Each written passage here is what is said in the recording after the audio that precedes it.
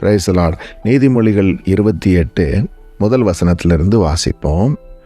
ஒருவனும் தொடராதிருந்தும் துன்மார்க்கர் ஓடிப்போகிறார்கள், நீதிமான்களோ சிங்கத்தைப் போல தைரியமாக இருக்கிறார்கள். ஒருவரும் தொடராமல் இருக்கும்போது ஓடி போகிறவங்கன்னு என்ன அர்த்தம்? ஒரு துன்மார்க்கமாக இருக்கிறவன் ஒரு கில்ட்டி கான்ஷியஸில் இருக்கிறான்.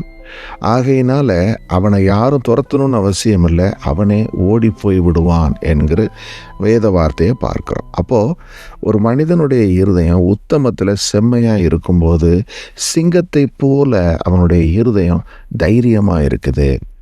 அதே நேரத்தில் அவன் பாவத்தில் தன்னை ஒப்பு கொடுத்து அநியாயமும் அக்கிரமும் செய்கிறவனாக இருந்தால் அவனுக்குள்ளே எப்போதும் ஒரு பயம் இருப்பதுனாலே அவன் ஓடி போகிறான் என்று சொல்லி பார்க்குறோம். சவுல் வாழ்க்கையில் பாவம் வந்த பிறகு நம்ம நடந்ததை பார்க்குறோம். அவர் அந்த தைரியத்தை விட்டு விட்டார். ஒரு காலத்தில் சிங்கத்தை போல இருந்த அவர் நம்ம பார்க்குறோம் இல்லையா, ஒரு தேவனிடத்தில் அபிஷேகம் பெற்று வந்த பிறகு அந்த இஸ்ரவேலர்களை தாக்கக்கூடிய அந்த பகைவர்களை பார்த்து இவர் தைரியமாக போருக்கு புறப்படுறாரு. என் கூட யார் வரலையோ அவனுடைய மாட்டுக்கு இப்படி தான் நடக்கும்னு சொல்லி ஒரு மாட்டை எடுத்து துண்டித்து போடுறாரு. அந்த மாதிரி இருந்த அவர் பின்னாளில் தாவீதுக்கு விரோதமாக செயல்படும் போதெல்லாம் பார்த்திங்கன்னா எப்போது ஒரு பயம் அவரை துரத்தி கொண்டே இருந்ததை பார்க்குறோம். ஆனால் நீதிமான் சிங்கத்தை போல தைரியமாக இருக்கிறான் என்று வாசிக்கிறோம். அடுத்த வசனம், தேசத்தின் பாவத்தின் நிமித்தம் அதன் அதிகாரிகள் அநேகராய் இருக்கிறார்கள், புத்தியும் அறிவும் உள்ள மனுஷனாலோ அதன் நற்சீர் நீடித்திருக்கும். இப்போ ஒரு தேசத்தில் தேவன் நல்ல தலைவர்களை கொடுக்கிறார். சில சமயங்களில் துன்மார்க்கம் உள்ளவர்கள் அந்த தலைமைத்துவத்துக்கு வரும்போது பார்த்திங்கன்னா ஒரு ஃபேமான ஒரு கான்ஸ்டண்ட்டான ஒரு கவர்மெண்ட் இருக்காது, ஒரு அன்ஸ்டேபிள் கவர்மெண்ட் இருக்கும். அதான் போட்டிருக்கு, அதனுடைய அதிகாரிகள் அநேகராக இருக்கிறார்கள் தேசத்தின் பாவத்தின் நிமித்தம். தேசத்தில் பாவம் பெருகி வருகிற பொழுது என்ன ஆகிவிடுகிறது, ஒரு நல்ல ஆட்சியாளர்கள் வருவதில்லை. தேசத்தில் பண்ணுறவங்களுக்கு மெனி இந்த மாதிரி ஆட்சியாளர்கள் மாறிக்கொண்டே போகக்கூடியதாக இருக்கும். ஆனால் நல்ல தலைவர்களை தேவன் தருகிறார். அப்போ அந்த நாட்களில் பார்த்திங்கன்னா தேசத்தில் சமாதானம் நீடித்திருக்கும், நற்சீர் பொருந்தினதாக அந்த மனிதன் இருப்பான். அதன் நிமித்தம் தேசத்தில் ஒரு ஸ்டேபிளான கவர்மெண்ட் இருக்கும் அப்படின்னு சொல்லி இதை புரிந்து கொள்கிறோம். 3ஆம் வசனம், ஏழைகளை ஒடுக்குகிற தரித்திரன் ஆகாரம் விளையாதபடி வெள்ளமாய் அடித்து கொண்டு போகிற மழையை போல இருக்கிறான். இப்போ தரித்திரத்து நிலைமையில் இருக்கிறதே ஒரு கொடுமையான காரியம். ஏன்னா அவங்க வாழ்க்கையில் they did not flourish, ஒரு துன்பத்தில் இருக்கிறாங்கன்னு பார்க்குறோம்.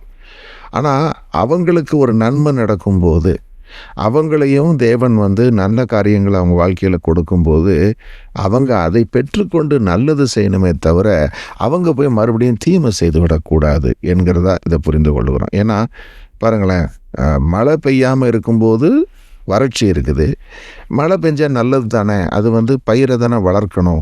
ஆனால் அந்த பெய்கிற மழை வெள்ளமாக பெஞ்சதுன்னு வைங்க, ஆனால் அது என்ன செஞ்சிடும், விளைச்சலை கொடுக்காது, இருக்கிறதையெல்லாம் வீணாக்கி விடும்.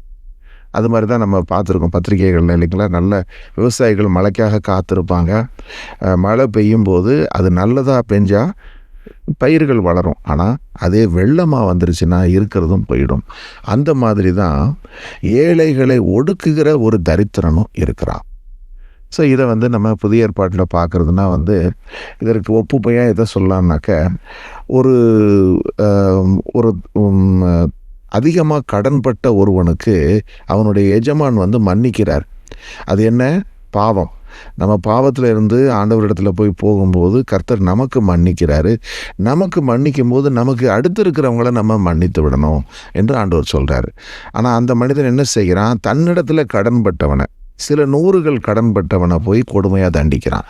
தன்னுடைய 1000 கர்த்தர் மன்னித்திருக்கிறாரு, ஆனால் சில 100 நம்ம மன்னிக்கிறதில்ல என்பதாக. அப்போது நம்ம வாழ்க்கையில் நன்மையை பெறும் பொழுது மற்றவர்களுக்கு நன்மை செய்யணுமே தவிர தீமை செய்துவிடக்கூடாது என்பது தான் இந்த நீதிமொழி நமக்கு காண்பித்து கொடுக்குது.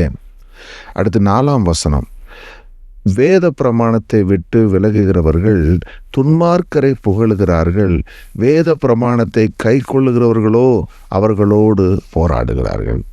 இப்போ நம்ம நீதியை விட்டு வழி விலகிறோம்னு வைங்க, துன்மார்க்கமான வழிகளில் வாழ்வதற்கு ஒப்பு கொடுக்குறோம் என்று சொல்லி பார்த்தோம்னா நம்ம யாரை புகழுவோம்? அதே மாதிரி பர்வர்ட்டட் வேஸில் வாழ்கிறவங்கள புகழுகிறவர்களா, அவங்கள ஃபாலோ பண்ணுறவங்களா நம்ம இருப்போம்.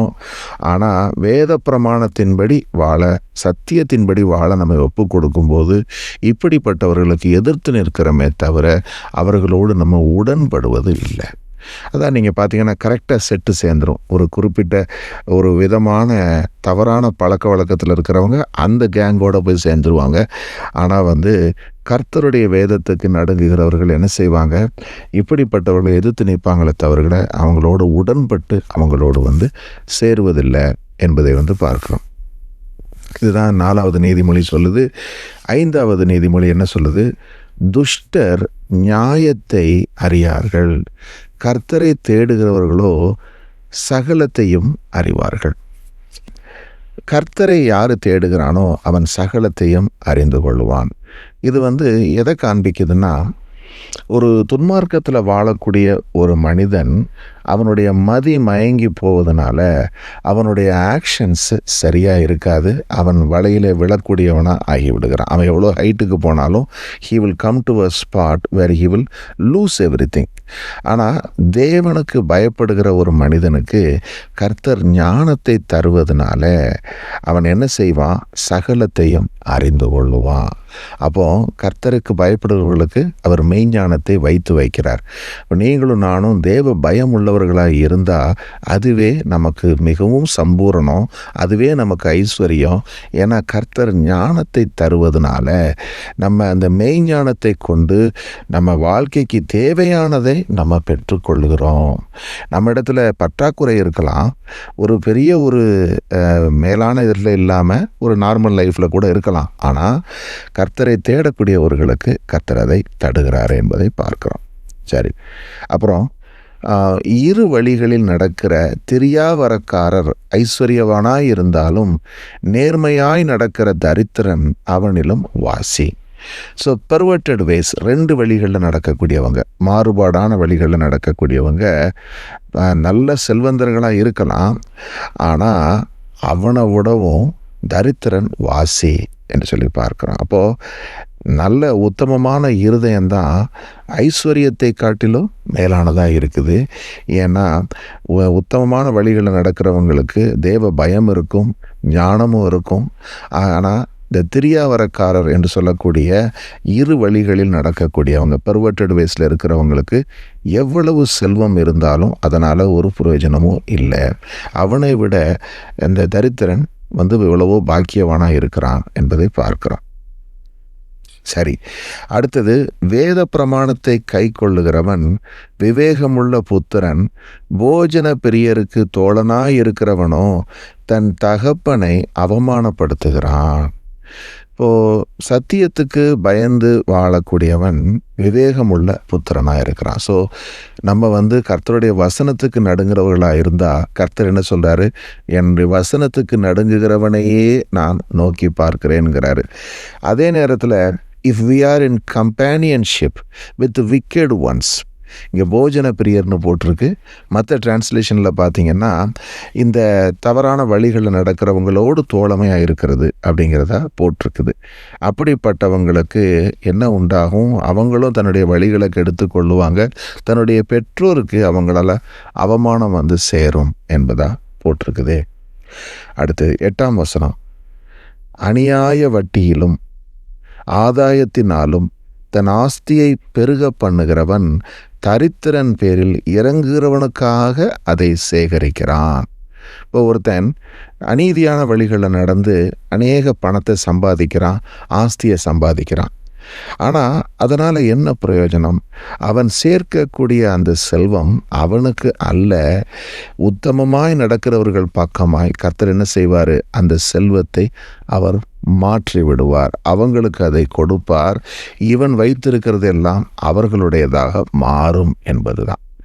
அப்போது செல்வத்தை சேர்ப்பது என்று வருகிற பொழுது அதில் நீதி இருக்க வேண்டும். அநீதியான வகையில் வரக்கூடியதை தேவன் ஒருபோதும் அங்கீகரிப்பதில்லை.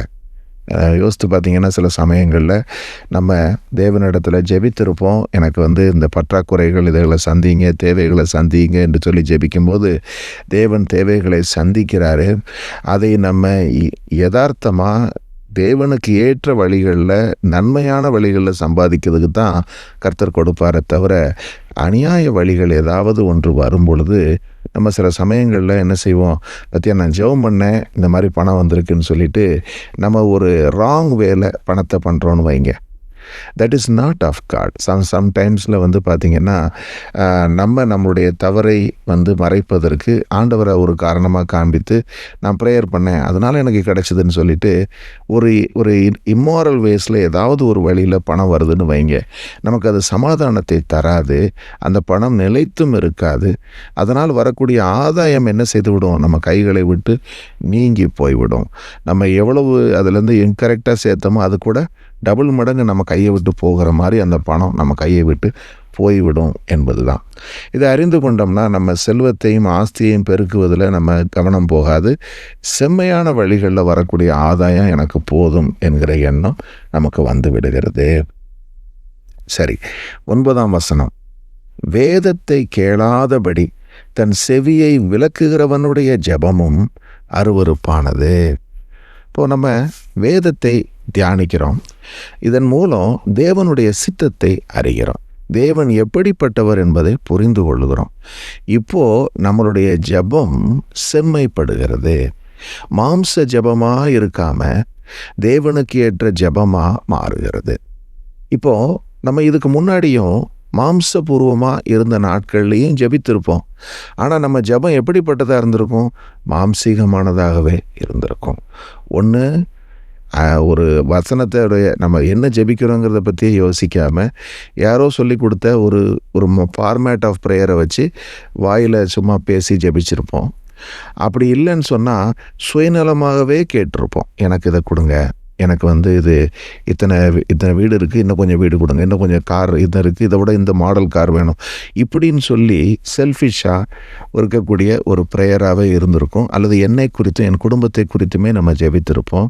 ஆனால் தேவனிடத்தில் வந்த பிறகு என்ன செய்து புரிந்து கொள்கிறோம், உன்னிடத்திலே நீ அன்பு கூறுவது போல உன் அயலானிடத்திலும் அன்பு கூறுவாயாக என்கிற அந்த கற்பனையை புரிந்து கொள்கிறோம்.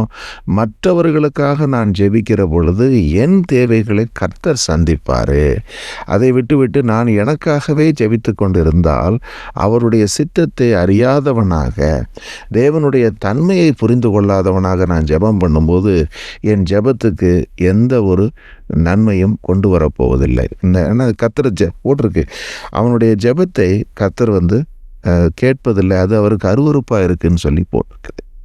அப்போது ஒரு விஷயம் பாருங்களேன், இதிலே ஒரு சின்ன ஒரு ட்விஸ்ட்டு. இப்போ நம்ம தேவனை அறியாத நாட்களில் கூட நம்ம மனசாட்சிக்கு பயந்து, மனசாட்சியில் எழுதப்பட்டிருக்கிற தேவ பிரமாணங்களுக்கு பயந்து நன்மை செய்தவர்களாக வாழ்ந்திருந்தோம்னா அப்போ நம்ம இருதயத்தின் வேண்டுதல்களை கண்டிப்பாக கர்த்தர் நிறைவேற்றி இருப்பார். ஆகையினால இயேசு கிறிஸ்துவுடைய நாமத்தை அறிந்து விசுவசிக்கிறவங்க அதுக்கு பிறகு தான் ஜெபங்கள் கேட்கப்படும் என்று நம்ம சொல்ல முடியாது. ஏன்னா நம்ம அறியாமையின் காலங்களில் இருந்தோம், நம்முடைய பாவங்களை தேவன் கண்டும் காணாதவராக இருந்தார் என்று வேதவசனம் சொல்லுது.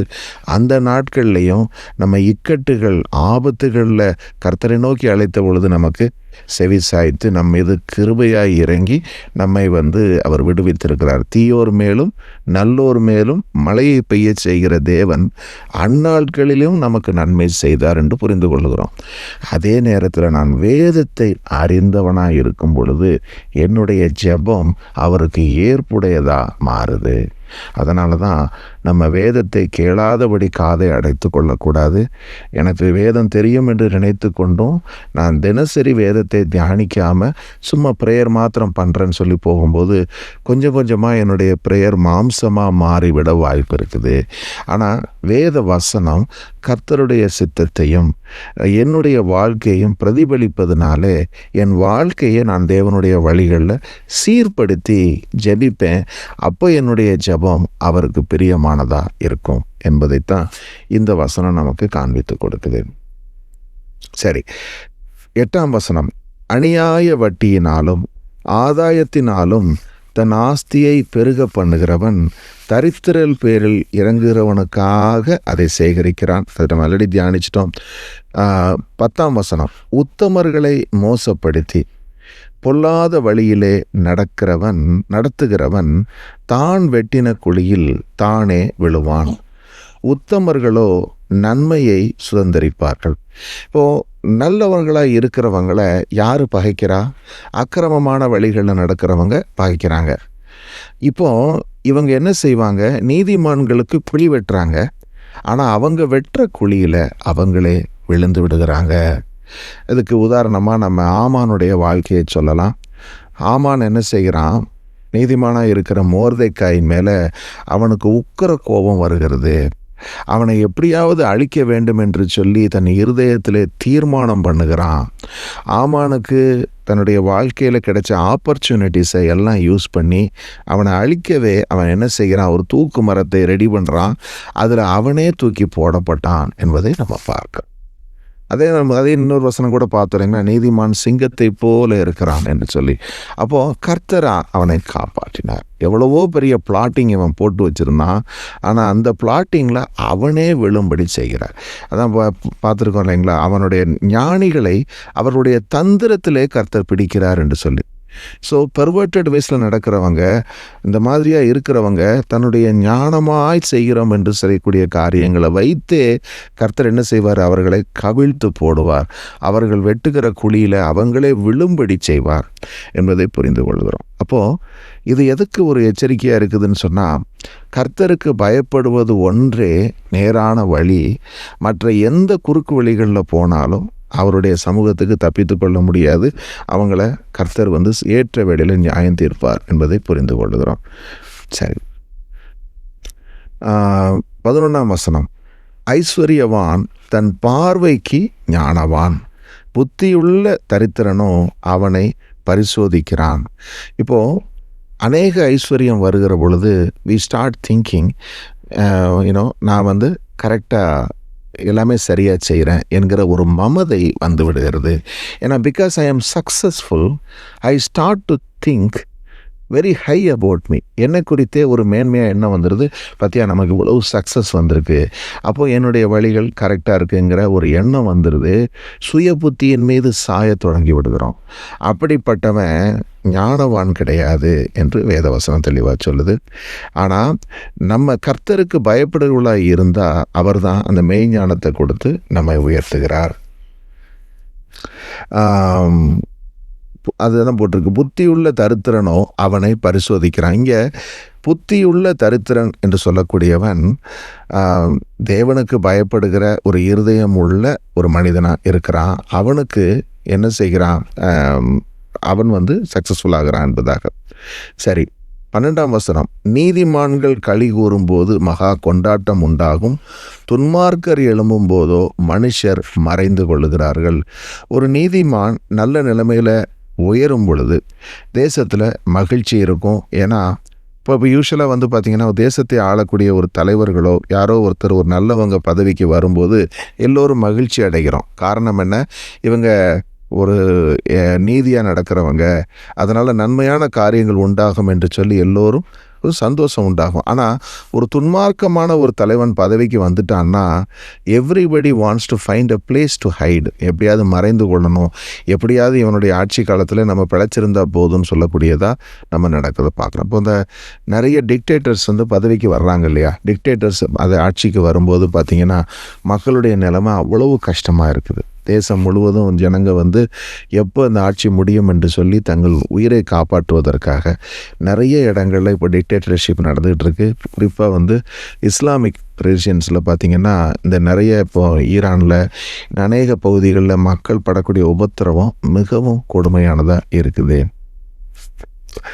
அடுத்தது, தன் பாவத்தை மறைக்கிறவன் வாழ்வடைய மாட்டான், அவைகளை அறிக்கை செய்து விட்டு விடுகிறவனோ இரக்கம் பெறுவான். இது நமக்கு தெரிந்த புதிய ஏற்பாட்டு வாசகம்தான். தேவன் நமக்கு சொல்லக்கூடியது, நம்முடைய பாவங்களை மறைத்து வைக்கிற பொழுது நமக்குள்ளே என்ன உண்டாயிரும்? ஒரு குற்ற உணர்ச்சி இருப்பதுனால நம்மளால் ஒரு சமாதானத்தோடு இருக்கவே முடியாது. ஆகையினால நம்மளால் எந்த காரியத்தையும் திறம்பட செய்ய முடியாது. ஆனால் அதை எப்போ அறிக்கை செய்கிறோமோ அப்போ தேவனிடத்திலேருந்து நம்ம இரக்கத்தை பெறுகிறோம். நம்முடைய நடைகள் சீர்பட தொடங்குகிறது. நம்ம தைரியமாய் காரியங்களை செய்ய தொடங்குகிறோம். ஆகையினால நம்ம பாவத்தை அறிக்கை செய்ய வேண்டும் என்று வேதவசனம் தெளிவாக சொல்லுது. எப்பொழுதும் பயந்திருக்கிறவன் பாக்கியவான், தன் இருதயத்தை கடினப்படுத்துகிறவனோ தீங்கில் விழுவான். இங்கே எப்போதும் பயந்திருக்கிறவனா சும்மா வேர்ல்லியாக எதை பார்த்தாலும் பயப்படுறவன் அர்த்தம் இல்லை. கர்த்தருக்கு பயப்படுகிறவன் என்று இன்னொரு மொழிபெயர்ப்பில் வாசிக்கிறோம். அப்படிப்பட்டவனுக்கு என்ன உண்டாகுது? அவன் பாக்கியவானாக இருக்கிறான். ஆனால் தன்னுடைய இருதயத்தை எவன் கடினப்படுத்துகிறானோ, இப்போ எகிப்திய ஃபாரோ தேவனுக்கு பயப்படவில்லை. மோசே சொன்னார், இந்த மாதிரி நான் அடையாளங்களை செய்கிறேன், எங்களை அனுப்புனது கர்த்தர், அவருக்கு பயந்து நீ விடுன்னு சொன்னப்போ அவன் இருதயத்தை கடினப்படுத்தி அவனும் அதே மாதிரி கவுண்டர்ஃபீட் மிரக்கிள்ஸ் பண்ணக்கூடிய தன்னுடைய மந்திரவாதிகளை வைத்து தன்னை அவன் இருதயத்தை கடினப்படுத்தினதுனால அவன் எவ்வளவோ வாதைகளுக்குள்ளே போனான் என்பதை பார்க்கிறோம். ஸோ தீங்கில் அவன் விழுந்தான். இறுதியாக 15ஆம் வசனத்தோடு நம்ம வாசித்து முடிப்போம். ஏழை ஜனங்களை ஆளும் துஷ்ட அதிகாரி கர்ஜிக்கும் சிங்கத்துக்கும் அலைந்து திரிகிற கரடிக்கும் ஒப்பாயிருக்கிறான். இது பார்த்திங்கன்னா ஒரு மிருகத்தோட ஆண்டவர் கம்பேரிசனாக கொடுத்துருக்கிறார். யாரை கொடுக்குறாரு? ஏழை ஜனங்களை ஆளும் துஷ்ட அதிகாரி. ஏன்னா அவனுக்கு ஒருபோதும் இரக்கமும் இருப்பதில்லை, அவனுக்குள்ள தயவும் இருப்பதில்லை. ஆகையினால அவன் ஒரு கரடி, அழித்து போடுகிற ஒரு கரடி, ஒரு துஷ்ட சிங்கம், இதுக்கு அவன் ஒப்பாயிருக்கிறான் என்று சொல்லி வேதவசனம் சொல்லுது. ஆமென்.